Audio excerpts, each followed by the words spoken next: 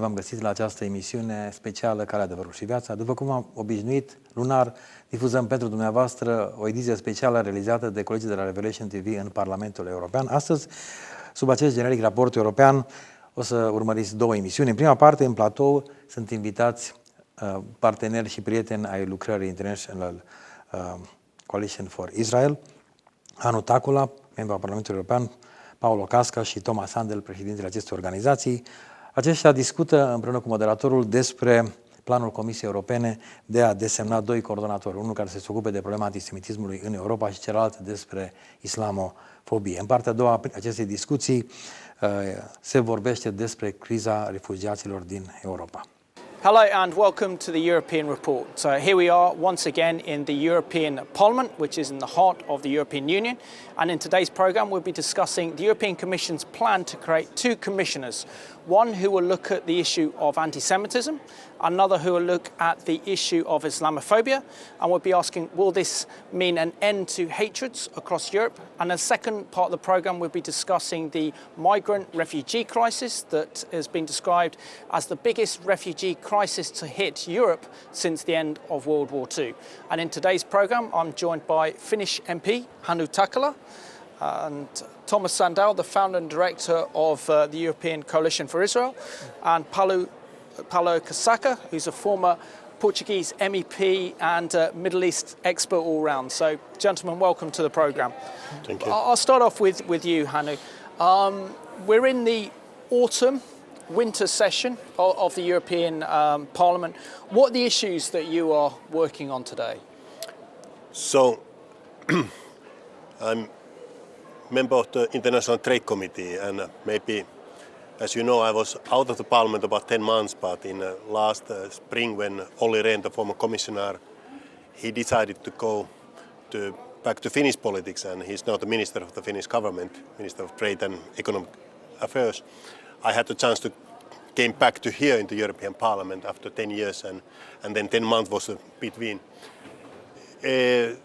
So my main folder is International Trade Committee, and I'm standing rapporteur of Russia, Azerbaijan, Armenia, Georgia, and Moldova. And then I also following the WTO. I'm the member of the European Parliament's WTO delegation. Last week I was in Geneva. We had the public forum there, and then end of the year we're going to have the ministerial conference in Nairobi. And then I'm the substitute member of the Agriculture Committee, and then REGI, Regional Affairs Committee, and also the Culture Committee. I used to be 10 years in the Culture Committee here before, so I'm very happy to be back, and I'm very happy that now I have some new portfolios, specialties, international trade. I'm very interested in. Sounds like you're going to be very busy in the next coming months. Yeah, that's right. That's right. I'm all ready. And Paulo, it's a great pleasure to have you back on the European Report with your knowledge and expertise of the Middle East. And you've just produced a new publication. This one's called Syria Break the Wall of Silence, and this is the ARC Humankind. I'll just show it up there. So can you tell us about this new exciting publication you produced? Well, with pleasure, but just let me correct Anu on one thing. The European Parliament has a lot of chance to have you back, rather than the reverse. I think you are a great man, you are a great friend of Israel, you are a person that believes in humanity and humanitarian principles, and we are lacking a lot people like you in this house, and I'm so happy that you are back here. Thank you, Paulo. And Syria breaking the wall of silence is an initiative that I already took with some collaborators last year. This is the issue number 4, and it exactly wanted to highlight the tremendous humanitarian problem, of course, to start with, and secondly, the crucial geopolitical game that is going in the region centered in Syria. We are now witnessing developments that were quite clear some years ago, but suddenly came to the first time of television, mainly after the deaths, the images, because unfortunately thousands and thousands of refugees have been dying all over these years. But this baby, Alan Kurdish, was really a game changer to our perception of the issue. Of course, that I do think that Madam Angela Merkel, she is right on putting humanity principles first. I think she is absolutely consistent, and I praise her for that. But we cannot stop on this. I think that all human beings have to, when they look to another human being in distress, the first thing they must do is to put their hand to help them. But secondly, we have to understand what is going on and how to face and to make a new politics. I understand it's going to be the second part of our Absolutely, I was just going to say that, yes. And Thomas, you've had a very successful summer, particularly your incredible work that you've been doing in the United Nations and getting the United Nations to recognise the Jewish holy day of Yom Kippur, known as the Day of Atonement. Can you describe this campaign and also what this means for Israel and the Jewish people? Well, thank you, Simon. It's good to have you back in the European Parliament. I think it's been a while since we've all been together here. Absolutely. And it's always great and it's a pleasure. True, we came back from the United Nations high-level debate of the General Assembly. It's now some 3 weeks ago. And as I've been sharing in this program before, we have had this campaign to ask United Nations to recognize Yom Kippur as a Jewish holiday in the same way as Christian holidays and Muslim holidays are recognized at the UN. What we did this year, what was quite exceptional, there is in Jewish tradition a ceremony called Tashlir, which is connected to the Jewish New Year, Rosh Hashanah, where you start the new year by symbolically cleansing yourself of your sins by throwing some bread in a river. And it may sound a little bit bizarre, you know, when you describe it this way, but what happened at the UN was that we had some 150 people attending this event, the first ever Tashlir event at the United Nations. Of them, some 50 UN missions represented, mostly on the level of ambassadors, and with the attendance of the Secretary General Ban Ki-moon.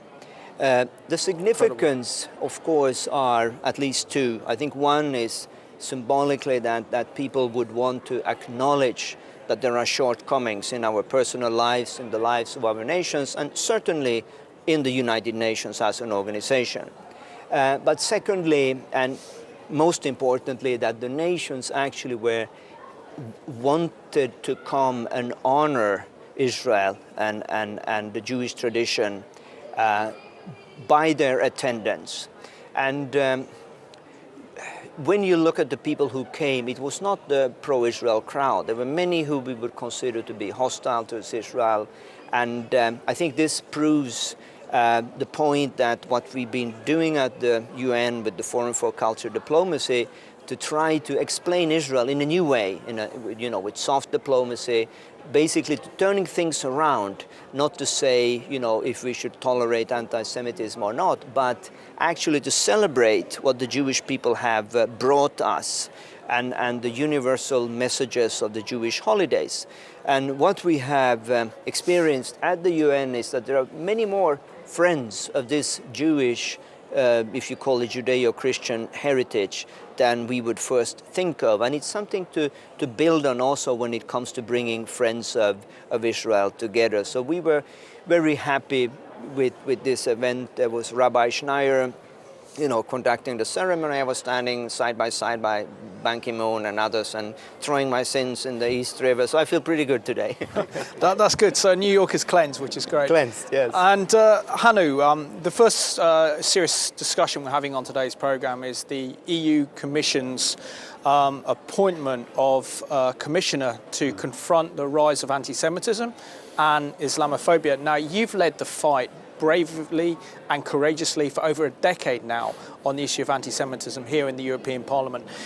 What do you make of the decision to appoint a commissioner to confront anti-Semitism and Islamophobia? And will this mean a reduction in hatreds that we're seeing across the continent of Europe? So, first of all, I would like to say that it's very important that the Commission has acknowledged and raised the issue. And it always helps, at least I hope so. And I think that we should have remembered that the values of the European Union and also that the foundation of the EU are built on the ashes of the Holocaust. And it's very important to ensure that what happened 70 years ago will not happen again. And the peaceful religions should be able to function in Europe without harassment and fear of xenophobia.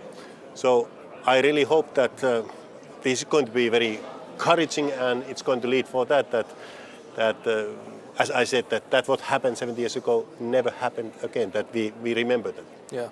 And Thomas, you were there, invited on behalf of the European Commission to attend this meeting with the announcement of these two commissioners. In your press release, you made a very, very good point, I think, that needs to be made clearer, that actually Zionism is the answer to anti-Semitism. And so therefore, in your opinion, isn't it important that we classify the difference between anti-Zionism and anti-Semitism and the connection between the two? Yeah. Well, Simon, you're right. I was invited on behalf of ECI to this colloquium. Let me just make one distinction to say we are not talking about commissioners, but coordinators for anti-Semitism and anti-Muslim hatred. A number of points. One, too little, too late. We have been asking for years and years, and I know that the two of you here have done the same, for a special envoy for anti-Semitism on a European Commission level. I think this is the least that the European Commission could do just to show the outside world that they are taking this thing seriously. It has never succeeded. It has never succeeded. The second point, once they come to this conclusion and say, well, now we are going to have a coordinator, I don't quite see the correlation with anti-Muslim hatred. I'm not saying that there's not anti-Muslim hatred in Europe, because there is. There are other forms of racism as well. But I believe they're sending out the wrong signal to the communities to try to always put them on par. And if I would put it very bluntly, I would say the next time there is a terrorist attack with Jewish targets, the reply of the Commission will probably be a new colloquium on anti-Muslim hatred. I mean, there's something which is very bizarre and very irrational. And we made this point during the colloquium also to say that, anti-Semitism need to be dealt with specifically as a specific threat to the Jewish communities. When you look at Europe today, you see two trends very clearly, and we are addressing both of them in this program. One people group are moving out of Europe. Another people group is moving into Europe. And I don't think that we can put that on the same level. If Islamophobia, as some would call it, is the biggest threat, you would not have these people fleeing from Islamic states into Europe if this was the greatest challenge that we are facing. But what we do have statistically is an old Jewish community dating back before Christ in Europe, leaving Europe. And that is the real problem, and we should be able to call it by its right name. So I'm disappointed. I was not, clapping my hands when this was announced. And I think we need to be very diligent to go back to them Third point, very briefly also to say, I think actually the Commission has taken a few steps back in terms of dealing effectively with anti-Semitism. In 2003, when you had the first peak of anti-Semitic violence in Europe, the Second Intifada, Romano Prodi, who was the president at that time, he called together specifically a crisis summit to raise the issue of anti-Semitism in Europe. There was no mentioning of, other types of problems just to legitimate it. And today we cannot speak about anti-Semitism without making it politically acceptable. Final point also to say that the definition of anti-Semitism, which came about in 2003-2004 by the EU, by the OSCE, did a mentioning of disproportionate criticism of Israel and anti-Zionism as equaling anti-Semitism. There's a clear definition. This definition has now been taken off the European Commission website. And again, I think the trends that we are seeing are not encouraging. Absolutely. And Paolo, I want to bring you on board on this one. I mean, the EU must do all it can to protect Muslim communities, particularly from those from the far right. But you can't seriously compare the issue of Islamophobia to that of anti-Semitism or have it on the same par, knowing that there are no mosques that have armed paratroopers outside or armed guards, knowing that Jewish people are afraid to show their Jewish identity in fear of any anti-Semitic attacks. Is this not a bit of fudge by the European Union, and is this not political correctness gone mad? Well, I do think so, Simon. I think Thomas made already the most important necessary clarifications on this. Anti-Semitism is obviously something that cannot be put at the same level as this Islamophobia to start with. Secondly, we cannot ignore that all the Islamists actually anti-Muslim people groups have been using this concept, misusing this concept of Islamophobia to convince the public opinion that we have to respect their fanatic version of Islam, and actually that all moderate form of Islam should not be considered as Islamic. And so this is a very dubious concept. Besides that, I think that all sorts of discrimination, of racism, should be considered, that Europe is not an island from the rest of the world, and to me it's very bizarre to see this special action being set up when what we are witnessing now just across the Mediterranean, in our neighborhood, is that Christians are murdered by the thousands for being Christians, for instance. Or to speak of a drama that in relative proportions, I think it is even bigger, the Yazidis. The Yazidis, of course, are a much smaller community in our days because they were also very much persecuted by Islamic fanatics during history. They have been considered like having no rights whatsoever. Murdered, tortured, enslaved, sold as cattle. And this is the ultimate form of racism that we are experiencing. Fortunately, there is a program that is going on, and I think Ms. Angela Merkel has a lot of credit for this program, that is treating around 500 already arrived in Germany. Other 500 will come, of Yazidis that are severely aggressed, especially psychologically, by their enslavement. And this is a tremendous question, a tremendous problem that should be addressed. For instance, there has been, other than anti-Semitism, there has been a lot of attacks from fanatics, from Islamic fanatics, on people that are considered to have a different sexual orientation, to Kurdish although most of them are Muslims, the fanatics consider them not to be good Muslims because they are nationalist Kurdish. And what about this? The European Union has no word to say. It seems that it is just a maneuver to appease the Islamic extremists. And this is very negative. Yeah. Of course, that we have to respect everyone, regardless of its race, regardless of religion, whatever. No question about that. And a Muslim that is a normal Muslim, that tolerates the others, that practices his religion, must be protected. There must be no question about that. Absolutely. Paolo, just on to our second issue, which is the European migrant refugee crisis that you spoke about earlier.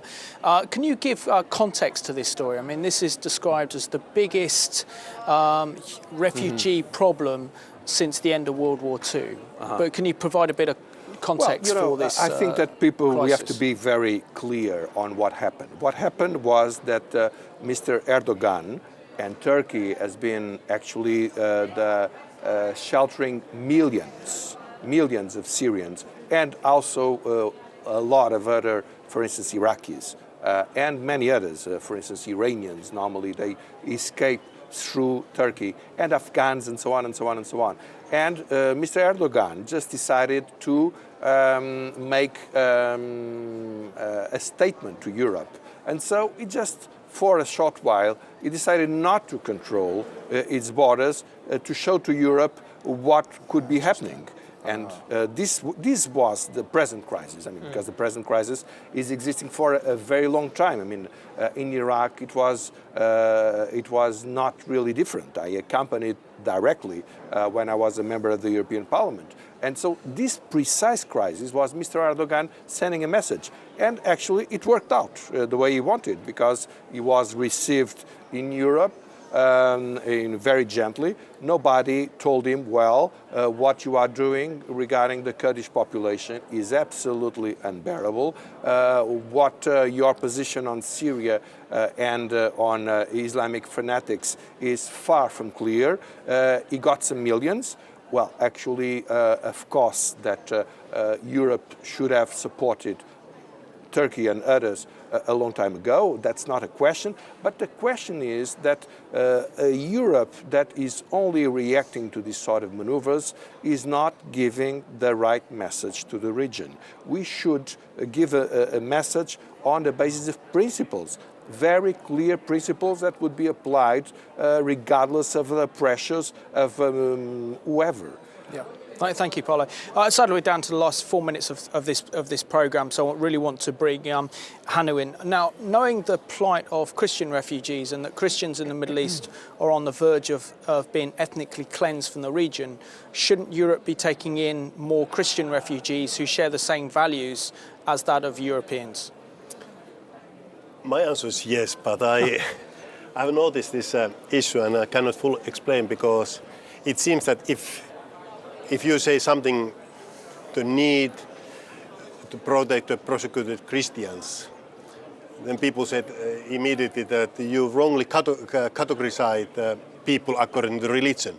But if you say something opposite, something about the Muslims, then it's fine. So I think that this is a very important topic and to issue. And we all know that those Christians, for them it's much easier to adopt our society and live in our society, because they have the same values, they have the same understanding concerning the democracy, freedom of religion, human rights and so on. So, and of course, as a Christian, I feel that we should not forget our Christian brothers and sisters. And anyway, one thing what I would like also to add, that Islamic country, they make the very, very strict definitions. Do they take the Sunnis or Shias, So, of course, I think that we have to be wise and we have to help all who need the help. But of course, we can't do so that we we put the Christians aside, that we have also take them and understand it's much easier for the Europe. And Thomas, there's been many media reports over the summer looking at this issue, really comparing the current refugee crisis that's affecting Europe to that of the Kindertransport in the 1930s. Is this the same moral equivalency? I would back up a little bit and actually answer your previous question first, because I believe, as you can take the example of Australia, it's a matter how we phrase the question. There are suffering in the region. As Tony Abbott, the previous Prime Minister of Australia, said, Australia should take in those who are the most vulnerable in the region, those who are most likely to be persecuted and killed because of who they are. And anyone can go with the statistics and look, well, which group is this? So I don't believe that we should be overly sensitive in saying that we have a special responsibility to reach out for the Christians. Why? Because no one else is doing it. And there's a complete neglect of international organizations, starting with the Red Cross, the Red Crescent, that will not take in people outside of their faith as a matter of policy. And the Christians in the region, they are even afraid of seeking up the UN refugee camps because they know they will be harassed in that context. So obviously, given all these factors, and also comparing to the very wealthy Gulf states and their response, I believe as Europeans we should definitely do more to take in the most vulnerable people from the region. Gentlemen, I just want to thank you so much for joining me today on the European Reports. We've discussed two major issues that are affecting Europe today. And I just want to thank you all for watching today's European Report here from the heart of Europe, which is the European Parliament.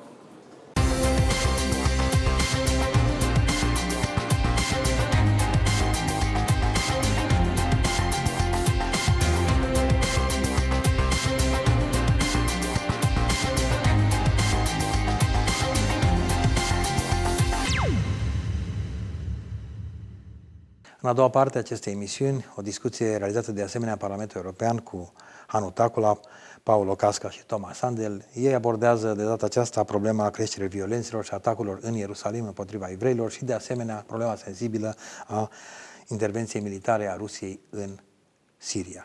Hello and welcome to the European Report. Here we are in the heart of Europe, which is the European Parliament.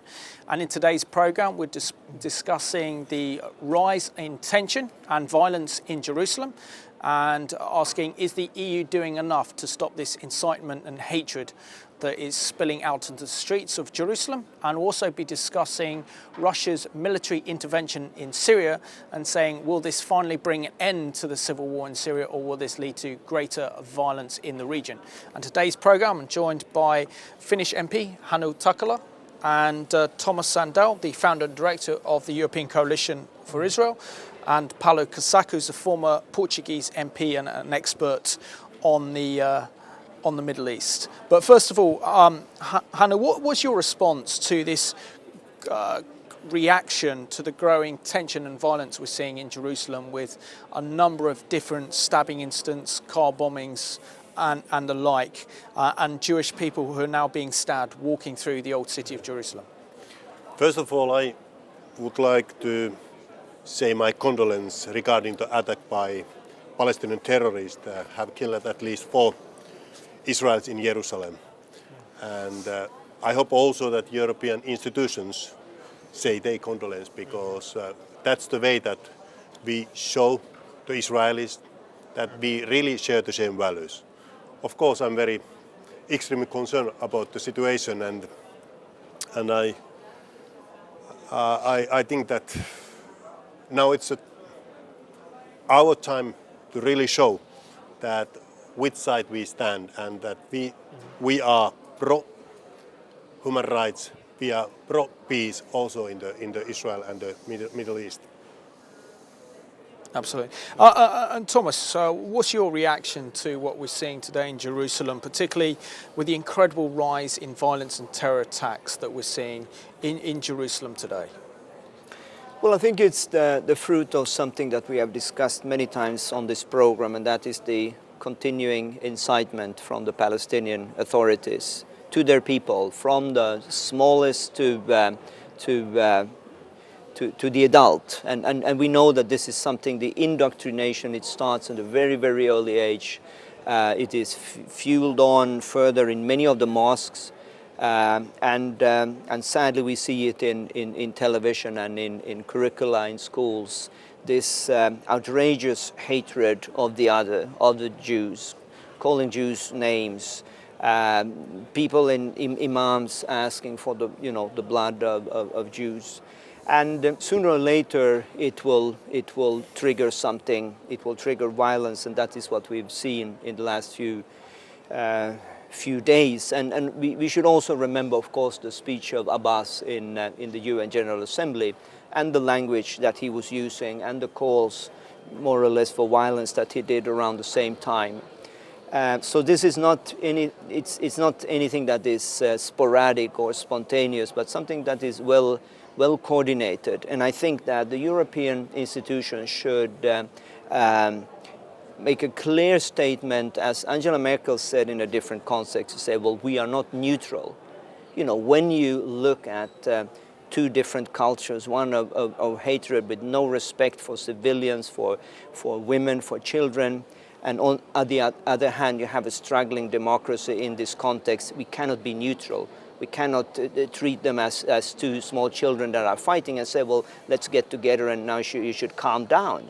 I think it's disgraceful. Absolutely. Paolo, almost a year ago, we did witness incredible tension and violence in Jerusalem that actually culminated in an attack on Jewish worshippers at the Jewish synagogue, which looked like something out of the Middle Ages.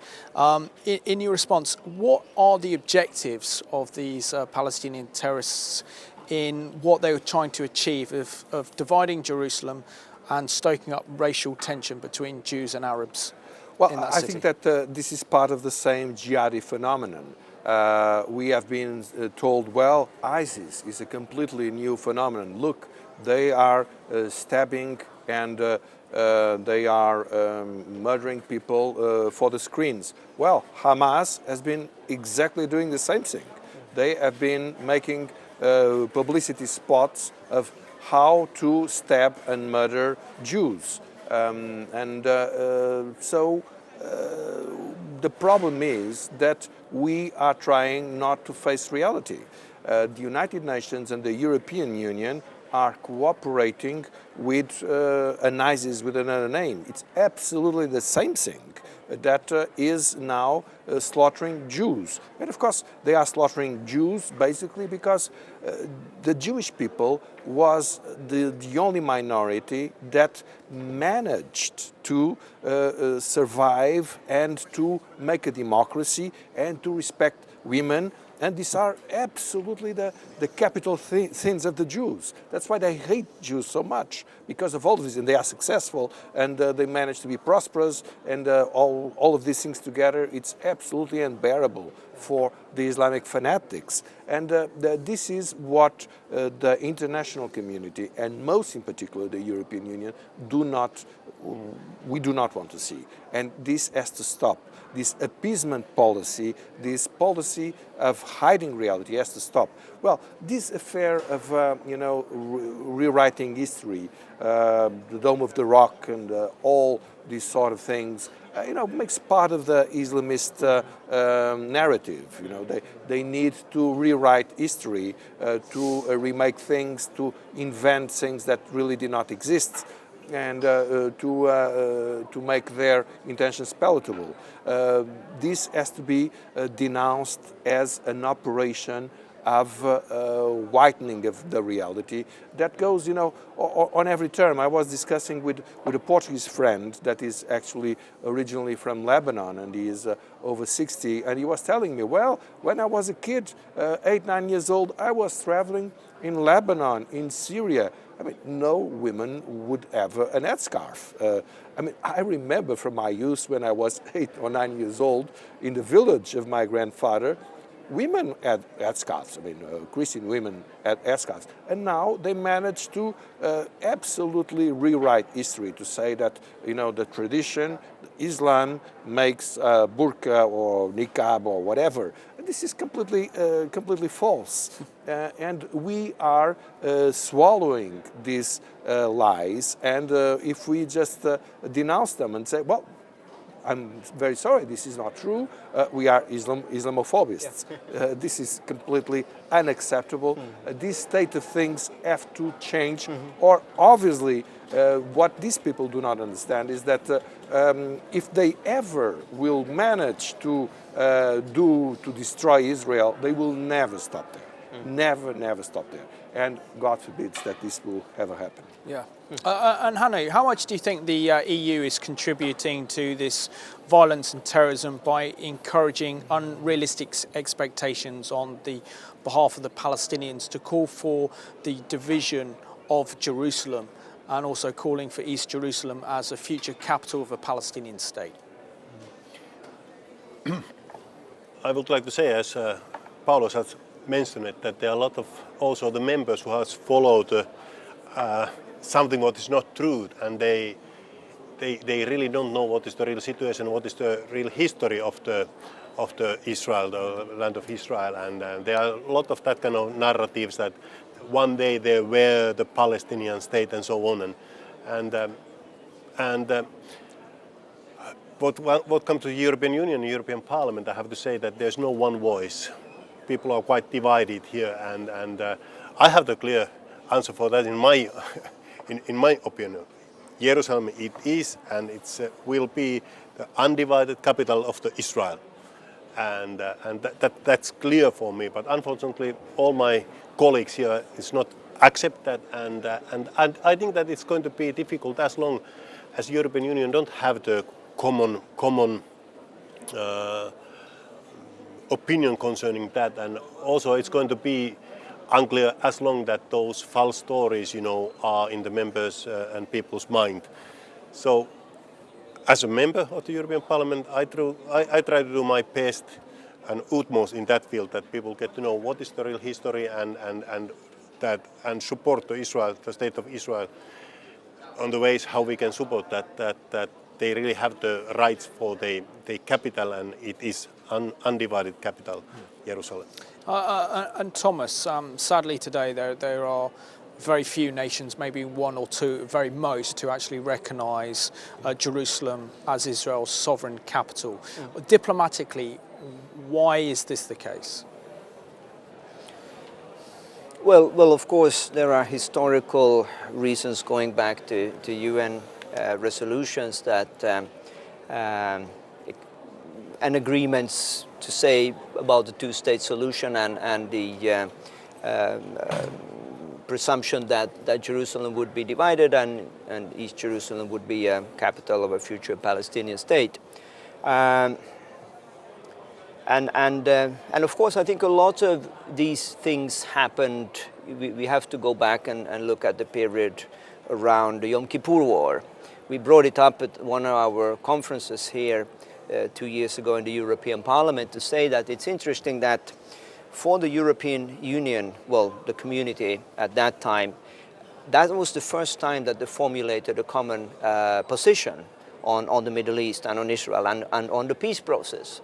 And we would always make the point to say, well, why was it that the European community came to a common position only after the Yom Kippur War? And of course, we have to recall what happened with the oil boycott and the pressure on Western democracies at that time, which led to, again, using the word of appeasement, which led to the European states basically giving in to the demands of the Arab League at that time, and basically paste and copy their demands for what they thought to be a fair solution to the conflict. And that's where you have this mantra then about the two-state solution with, you know, Jerusalem as a shared capital, or say East Jerusalem as a Palestinian capital.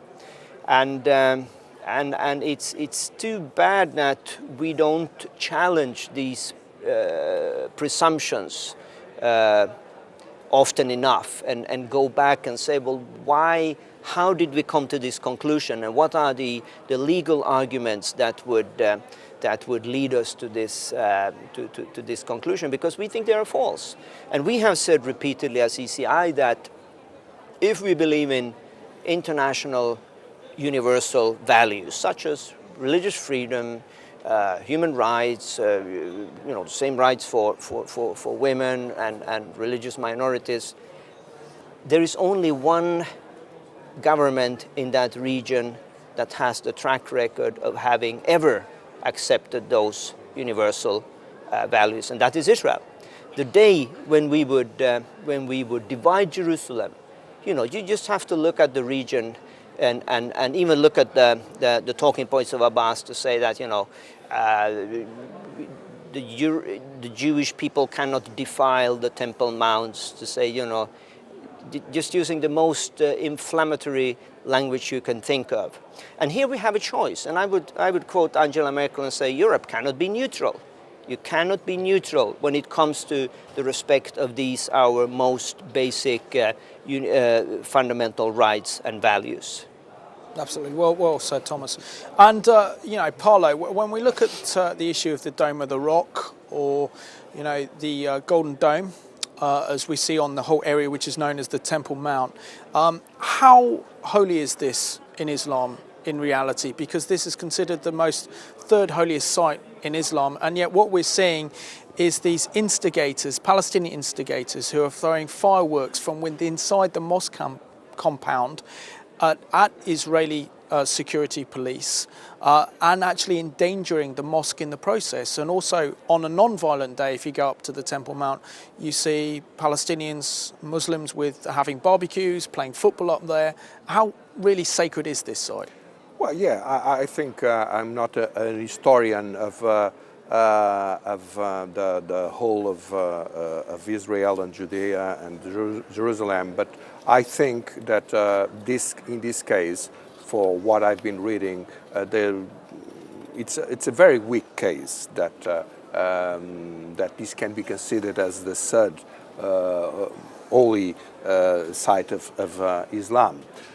The question, I think, is that obviously it's impossible to have any sort of dialogue with people that are contaminated by this fanatic murderous ideology.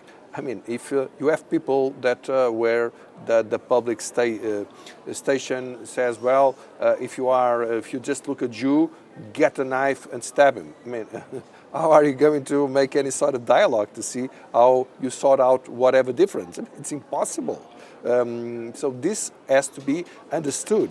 The issue is not an abstract issue of seeing, well, Jerusalem could be at the same time capital of several countries or not. This is not something we can discuss in abstract. We have to see in reality. And the reality is not that Israel is persecuting the Jews. I mean, whoever makes the center of Jerusalem in our day under Israel control, and the shops are nearly all of them in the main merchant street are Arab Muslims, and we just have to speak with them, and they will be attacking Israel with a violence that they would never dare to do, for instance, in Damascus with Assad, just to give you an example. And they do not understand when they so openly attack Israel. They are actually showing that Israel is a democracy.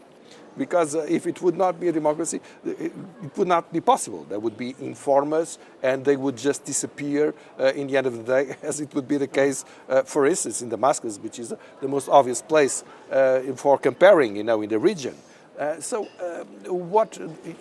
Europe is actually fabricating a reality that does not exist out of an appeasement policy, just in the complete erroneous belief that if we cede, the fanatics will not be fanatics anymore. This is not the truth. The truth is the opposite. The more you cede, the more they will advance and be more fanatics. Yeah. And Paolo, talking about the second issue, and you're our resident Syrian expert here on the European Report and on our panel. Can you give some context and describe what is at stake with the Russian military intervention now in this 4-year bloody Syrian civil war? Well, we'll start with it is the nature, not only nature but politics as well, have horror to the void, and the Western void obviously is a good reason why this happened. I mean, the closest reason why was obviously the nuclear deal with Iran, which was a typical appeasement policy from the West, from President Obama and the whole of the Western Union. I think the NATO and the European Union, I mean, Mrs. Mogherini, I think she really exceeded everything I've seen in this regard, the way she dealt with. And so they actually, in the name of peace, but they actually gave a green light for the stepping up of aggression. That was what they did, and we are seeing the results. Russians are there. They claim it is because of ISIS. ISIS is always the reason. But actually what we have seen is that they are targeting the rebels that are not engaged in any sort of Islamist groups. That's their main target. And ISIS has been advancing actually because of Russia wiping out those groups that are not connected with ISIS. But I think that if we want to understand what has to be done, we have to go, a long time back at least to before the so-called Arab Spring, when the West basically said to Egypt, well, you must accept Muslim Brotherhood. Of course, that Mr. Mubarak was not a democracy. There was no democracy in Egypt. It was not Israel. That's quite clear. But it was not a fanatic country like the Muslim Brotherhood turned it into. And so when the West is basically saying, well, all the fanatics, you may take care of this country. And when they treated the general that got Egypt rid of Muslim Brotherhood, which was a very patriotic thing to be done, and actually in the interest of all peace and democracy-loving people. Of course, he did not install any democracy, certainly not. But he is certainly better than the Muslim Brotherhood and other fanatics. But the West mistreated him so badly that he came to the Russians, he turned to the Russians. This is absurd. So we mistreated we broke all the bridges with people in the region. We allowed all the Iranians to start with, but all other threats to democracy to flourish. And now we have to go to, a long time back to make our credibility. Exactly. And sadly, gentlemen, down to the last 5 minutes of the programme. So, Thomas, your nation, Finland, has a lot of experience in dealing with Russia historically, particularly with the build-up of Russian troops on the border of Eastern Europe. Mm-hmm. Is Russian military involvement in the Middle East something that we should be concerned about? I mean, the answer is obvious. As always with the Russians, we have to be concerned, be it on our borders or in the Middle East. I'd like to add a little bit to what Paolo said. We have to, and there was an interesting article by the author Simon Sebag Montefiore just this weekend in New York Times, recapitulating that Russia always have had an interest in the Middle East, which is based on religion. And Russia and the Russian Orthodox Church would always see themselves as the protectorate of the holy places in Jerusalem. And of course, Putin is speaking exactly the same language. Now he's the protectorate of the Christians in the Middle East. And we may have a debate on that, what Putin is doing right now, if it's good or counterproductive. But obviously, I mean, the situation, as we said so many times, again, it's so complex with so many divergent interests. Of course, with Russian direct involvement in Syria on the borders of Turkey, of course, it's a game changer. And I recall what the Pope said a year ago when he spoke, and he said, well, the Third World War has already started. And it's just that it's now a number of different wars, but at one point they may converge, and God forbid that they will happen. But I met with a member of European Parliament here just last week when I was coming in, and he reminded me about this, and he was really concerned about the Russian intrusion then into Syria. So regardless of if we think that Putin is actually helpful or not, I think the consequences are very, very clear and are very, very dangerous. Again, I think one of the conclusions is that here is a person who has got the nerve on the other side, and why we have the mess in the first place is that in our camp, in Washington and in Brussels, people, speak soft, but they don't carry a big stick, as Theodore, Roosevelt would say. Nice, good analogy. And Hannu, I mean, again, you're from Finland. What are the concerns in Finland right now, particularly as we see that the tension rising with Ukraine, the build-up of Russian troops, and in response, NATO's doing exercises, I think in Finland and also in Scandinavia and also other Eastern European countries? I think in Finland, we have the longest border in the European Union with Russians. We used to live with the Russians, and in somehow we are not fair in that way. So I think that most of the people think about it that Russian, they really would like to break the ISIS, because the radical Islam is also the threat of Russian. They had previous years some bomb attack in the Moscow and I think that from the Chechens, yes. From the Chechens. Yeah, and Chechnya, yeah, that's right. And that's what I think. But of course, Russian is a big military force, and I think that we need the special wisdom inside Europe that how to deal with Russian and how not make them the enemy, but cooperate with them and try to find a common solution. Because I think that, as I already mentioned, ISIS is the threat for them and also for us, and we have to fight each other and fight against radical Islam. Absolutely. Thomas, 30 seconds to sum up. No, I think my point, and you may not agree with that, is that yes, you need to speak with Assad. Yes, you need to speak with Putin. There is no such word where there's good and evil and 100% black and white. I think especially the situation that we have today, we have to sit down and talk.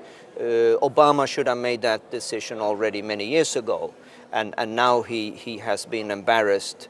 But it's time to talk. Gentlemen, I just want to say thank you very much for joining me on the European Report today, and thank you for your excellent contribution to this programme. I think we're all wiser and more informed than we were before, so thank you very much.